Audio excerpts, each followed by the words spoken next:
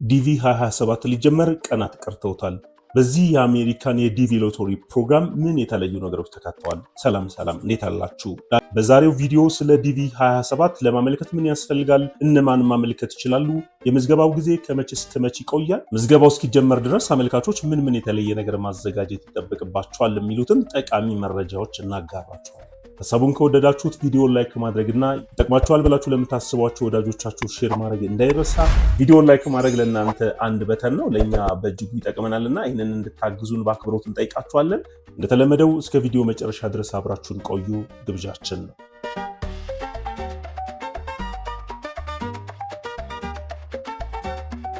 የዩናይትድ ስቴትስ ኦፍ አሜሪካ መንግስት በየዓመቱ በሚያዘጋጀው የዲቪ ሎተሪ ፕሮግራም በርካታ እድለኞች ወደ ዩናይትድ ስቴትስ ኦፍ አሜሪካ ተጉዘዋል። በየዓመቱ ከመላው ዓለም ከ50 ሺህ በላይ አመልካቾች የዚህ ዕጣ እድለኛ ይሆናሉ። ከተጀመረ 30 ዓመታት ባስቆጠረው የዲቪ ሎተሪ ፕሮግራም የኢትዮጵያን ብቻ የቅርብ ጊዜ ዳታዎች ብናይ በዲቪ 2024 3034 አመልካቾች እድለኛ ሲሆኑ ባለፈው በወጣው የዲቪ 26 ከግማሽ ሚሊዮን ኢትዮጵያን አመልካቾች መካከል 3957 እድለኞች ተመርጠዋል። በዚህ መረጃ መሰረት ከሆነ ኢትዮጵያ በተከታታይ ዓመታት ብዙ አመልካቾች እድለኛ የሚሆኑባት ሰባተኛዋ አፍሪካዊት ሀገር ያደርጋታል። በመሰረቱ አንድ አመልካች የዲቪ ሎተሪ ያሸነፈ ማለት ቪዛ ተሰጠው ማለት እንዳይደለ ልብ ልትሉ ይገባል።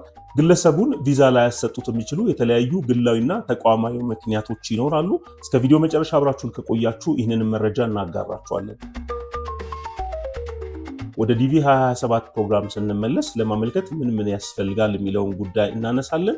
የትምህርት ዝግጅት ዲቪ ሎተሪ ለማመልከት ቀዳሚው መመዘኛ ነጥብ ነው። ይህንን የትምህርት ዝግጅት ካላሟላችሁ ካለፉት 5 ዓመታት ውስጥ ቢያንስ ለ2 ዓመታት ፕሮፌሽናል የስራ ልምድ ካላችሁ እንደ አማራጭ ኮንሲደር ይደረጋል። ፕሬዚዳንት ትራምፕ ያሉትን የሚተገብሩት ከሆነ ከትምህርት ባሻገር ግለሰቡ ያለው ሙያዊ ስኪል እና የእንግሊዝኛ ቋንቋ እውቀት እንደ መለኪያ ነጥብ ሊታዩ ይችላሉ የሚል ሩመር አለ። ሆኖም ግን እስካሁን ድረስ ግድ ነው የሚል ነገር አልጸደቀም። ሌላው በትክክል መስፈርቱን የሚያሟላ ከተነሳችሁ 6 ወር ያላለፈው ጉርድ ፎቶ ማያያዝ ይኖርባቸዋል። ፎቶን በተመለከተ ባክግራውንዱ ነጭ ወይም ለነጭ የቀረበ መሆን ይኖርበታል። ለሃይማኖታዊ ምክንያት ካልሆነ ጸጉራችሁ መሸፈን የለበትም።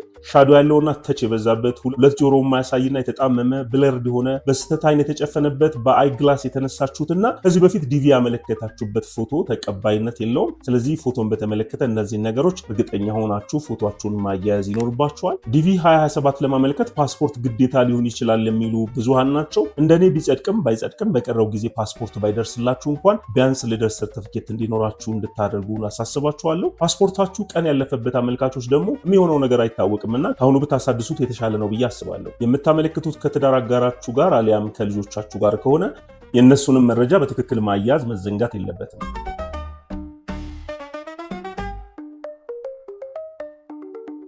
ሌላኛው ወሳኝ ነገር ዲቪ 27ን ስታመለክቱ ስማችሁና የትውልድ ቀናችሁን ስትሞሉ በትክክል ከትምህርት መረጃችሁና ከልደት ካርድ ወይም ከፓስፖርታችሁ ጋር ማች ማድረጉን ማረጋገጥ ይጠበቅባችኋል። ብዙ ጊዜ የስሞች ቦታ መቀያየር ይስተዋላል። ይሄ ደግሞ አታች ከምታደርጉት ዶክመንት ጋር ስለሚለያይ ማመልከቻችሁ ተቀባይነት እንዳይኖረው ያደርጋል። ፈርስት ኔም እና ላስት ኔም ቦታ መለዋወጥ፣ ስፔሊንግ መሳሳት፣ ከትራቭል ዶክመንት ጋር የተለያየ የትውልድ ቀን ማስገባትና ተመሳሳይ ስህተቶች ማስወገድ ይኖርባችኋል። በምታመለክቱበት ጊዜ መሰል ስህተቶች ከተስተዋሉ ማመልከቻችሁ ውድቅ ይደረጋል። ስለዚህ እንዲህ አይነት ነገሮች እንዳይገጥሟችሁ በትክክል መሙላታችሁን እርግጠኛ ሁኑ። አመልካቾች ምዝገባው እስኪደርስ ባለው ጊዜ ምን ማድረግ ይችላሉ የሚለውን ጉዳይ ስናይ የትምህርት ማስረጃችሁን አሊያም የስራ ልምዳችሁን ማስተካከል አንደኛው ጉዳይ ነው። ልደት ሰርቲፊኬት ማውጣት፣ ፓስፖርታችሁ ኤክስፓየርድ ካደረገ ማሳደስም ሌላኛው በዚህ ጊዜ ውስጥ ልታከናውኑት የምትችሉት ጉዳይ ነው። በስታንዳርዱ መሰረት የራሳችሁንና አብሯችሁ የሚሞሉ ቤተሰቦች ካሉ ጉርድ ፎቶ ማዘጋጀትም ሌላው ትኩረት ልትሰጡት የሚገባ ጉዳይ ነው። ትክክለኛው የስቴት ገቨርንመንት ዌብሳይት ላይ የሚለቀቁ አዳዲስ መረጃዎችና ለውጦች ካሉ አልፎ ማየት ይመከራል። ስለዚህ የዲቪ ሎተሪ ማመልከቻ አፕሊኬሽን ፎርም ክፍት እስኪሆን ድረስ እነዚህ ነገሮች እያስተካከላችሁ መጠበቅ ትችላላችሁ። በዚህ የዲቪ 27 ፕሮግራም አዲስ ነገር ተብለው ከሚጠበቁት ጉዳዮች ዋነኛው ባን የተደረጉ ሀገራት ዜጎችን ይመለከታል። እንደምታስታውሱት የትራምፕ አስተዳደር በቅርቡ 36 የዓለም ሀገራት ላይ የተለያዩ የጉዞ ክልከላዎችን አድርጓል። አንዳንዶቹ ሀገራት ሙሉ ለሙሉ የተከለከሉ ወይም ባን የተደረጉ ሀገራት አሉ። የተወሰኑት ሀገራት ደግሞ በከፊል የጉዞ ክልከላ የተደረገባቸው ሀገራት ናቸው። እንግዲህ አንዳንዶቹ ሀገራት ሙሉ ለሙሉ ትራቭል ባን ላይ ስለሆኑ በዚህ ምክንያት ወደ ዩናይትድ ስቴትስ ኦፍ አሜሪካ ምንም አይነት ጉዞ ማድረግ አይችሉም፣ ምክንያቱም ትራቭል ሪስትሪክሽን ላይ ናቸው። እነዚህ ሀገራት ከዲቪ 27 ፕሮግራም ውጪ እንደሚደረጉ ይጠበቃል። አንደኛውና ቀዳሚው አዲስ ነገር ይሄኛው ነው። ሌላው ተጠባቂ ጉዳይ ፕሮግራሙ ከሎተሪ ወይም ከእድለኝነት ባለፈ ሜሪት ቤዝ ይሆናል የሚል እሳቤ አለ። ይህንን ጉዳይ በተመለከተ የአሁኑ የአሜሪካን ፕሬዚዳንት ዶናልድ ትራምፕ ወደ ስልጣን ሲመጡም ያነሱት ጉዳይ ነበረ። የዲቪ ሎተሪ እድለኞች ከዲቪ ሎተሪ እድለኝነት ባለፈ በሜሪት ሊዳኙ ይገባል የሚል ሀሳብ አንስተው ነበረ። ሚኒመም ሪኳየርመንቱን ያሟሉ አመልካቾች መሳተፋቸው እንዳለ ሆኖ የተሻለ የትምህርት ዝግጅት ያላቸው፣ በተለያዩ ሙያዎች ላይ የተሻለ ልምድና እውቀት ያካበቱ እንዲሁም የእንግሊዝኛ ቋንቋ ችሎታቸው ላቅ ያሉ አመልካቾች የተሻለ እድል እንደሚያገኙ ሀሳብ አለ። ሆኖም ግን እስካሁን ድረስ ግድ ነው የሚል ነገር አልጸደቀም። ነገርየውን ይተገብሩታል የሚለው ጉዳይ አጠያያቂ ነው። የትራምፕ አስተዳደርም እስካሁን ድረስ በግልጽ ይሄ ነገር ተሻሽሏል የሚል ነገር አላስቀመጡ። ይሄ ነገር የዲቪ 27 ፕሮግራም ማመልከት ከመጀመሩ በፊት ይፋዊ መግለጫ ከተሰጠበት ወደፊት የምናየው ነው የሚሆነው።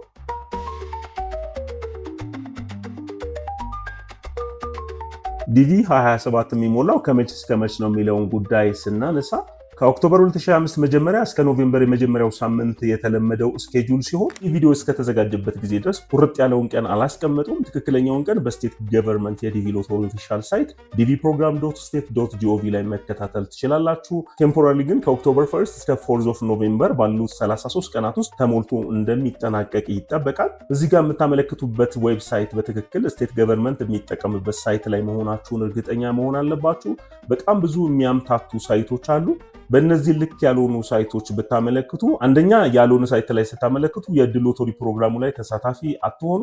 ሌላው ደግሞ 100፣ 250 እና ሌሎችም የገንዘብ መጠን ይጠይቋቸዋል። ስለዚህ አጭበርባሪዎች እንዳትጋለጡ ትክክለኛውን ዌብሳይት አይደንቲፋይ ማድረግ አለባችሁ። ይህንን የዩናይትድ ስቴትስ ኦፍ አሜሪካ የዲቪ ፕሮግራም አፕላይ የሚደረግበትና ውጤት የሚለቀቅበትን ዌብሳይት ዲስክሪፕሽን ቦክስ ላይ እናስቀምጥላችኋለን። ከዚህ ባለፈ ደግሞ የዚህ ቪዲዮ የመጀመሪያ ኮሜንት ላይም ትክክለኛውን ሊንክ እናስቀምጥላችኋለን። እስካሁን ባለው አሰራር የዲቪ ፕሮግራም ላይ ለመሳተፍና ለማመልከት ምንም አይነት ክፍያ መክፈል አይጠበቅባችሁም። እናንተም ከዚህ ጋር በተገናኘ የተለየ የገጠማችሁና ያስተዋላችሁት ነገር ካለ ኮሜንት ላይ ብታጋሩን ደስ ይለናል።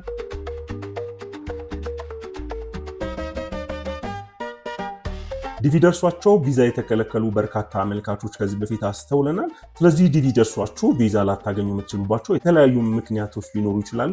ከዛሬ ድረስ ኤክስፒሪየንስ ከተደረጉት የተለያዩ ቪዛ ሊያስከለክሉ ከሚችሉ ምክንያቶች መካከል የተወሰኑትን ለማንሳት፣ አንደኛው ትክክለኛ ያልሆነ የትምህርት የስራ ልምድና ማንነት የሚገልጹ ዶክመንትና ማስረጃ ማቅረብ፣ እንዲሁም አስፈላጊ የሆኑትን ደግሞ ያለማቅረብ ሙሉ ለሙሉ ቪዛ ሊያስከለክል የሚችል ጉዳይ ነው። ሌላው ዲቪ ስትሞሉ ለብቻችሁ ሞልታችሁ ቪዛ ስትጠይቁ ግን ሌላን ሰው ለማካተት ከሞከራችሁ ተመሳሳይ ነገር ሊገጥማችሁ ይችላል። የተጨበረበረ የትዳር ሁኔታ የሚያሳይ ሰነድ ማቅረብም ውጤቱ ተመሳሳይ ነው የሚሆነው። የተመዘገበ የወንጀል ታሪክ ካላችሁና ጉዳዩ ሲሪየስ ነው ብለው ካሰቡ ቪዛ የሚከለክሉበት አግባብ ይኖራል። ዲቪ ስታመለክቱ ስለራሳችሁ ያስገባችሁት መረጃና ዲቪ ደርሷችሁ ለቪዛ ኢንተርቪው ቀጠሮ ኤምባሲ ስትገቡ የምታቀርቡት መረጃ የተለያየና ጥርጣሬ የሚያጭር ከሆነ የዕድል በራችሁ ሊዘጋ የሚችልበት አግባብ ይኖራል። ሌላው ጥቂት የማይባለው ዕድለኛ ሰዎች የገጠማቸው ደግሞ ያመለከቱበትን ሰነድና መለያ ቁጥር ባለማስቀመጥ እንዲሁም የዕድለኞቹ ውጤት በሚገለጽበት ወቅት ውጤታቸውን ቼክ ባለማድረጋቸው ብቻ ዕድለኝነታቸው ተሰርዟል።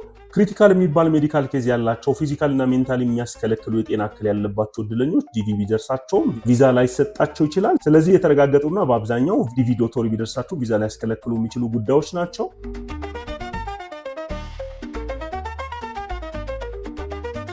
በመጨረሻም ዲቪ ሎተሪ ስትሞሉ አንድ አመልካች ዋና አመልካች ሆኖ ማመልከት የሚችለው አንድ ጊዜ ብቻ ነው።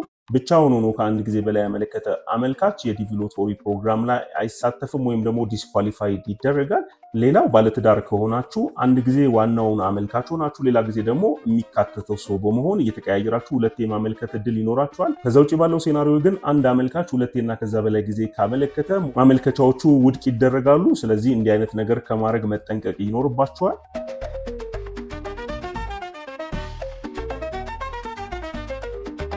ዲቪ 27ን በተመለከተ በስቴት ገቨርንመንት ኦፊሻል ሳይቶችና በተለያዩ ታማኝ በሚባሉ ዓለም አቀፍ መገናኛ ብዙሃን ላይ በቅርብ ቀናት ውስጥ ጠቃሚና አዳዲስ መረጃዎች ይለቀቃሉ። እነዚህን መረጃዎች እየተከታተልን ወደ እናንተ ማድረሳችንን እንቀጥላለን። የዲቪ ሎተሪ ማመልከቻው ዌብሳይት ደግሞ ክፍት ሲሆን እንዴት በስልካችሁና በኮምፒውተር ያለማንም አጋዥ ራሳችሁ ማመልከት ትችላላችሁ የሚለውን ነገር እየሞላን አብረን የምናይ ነው የሚሆነው። የዲቪ ሎተሪ ፕሮግራምን በተመለከተ የምዝገባው ጊዜ እስኪጠናቀቅ ድረስ ዲቪ ሎተሪን የሚመለከቱና ይጠቅማችኋል ብለን የምናስባቸውን መረጃዎች እናቀብላችኋለን።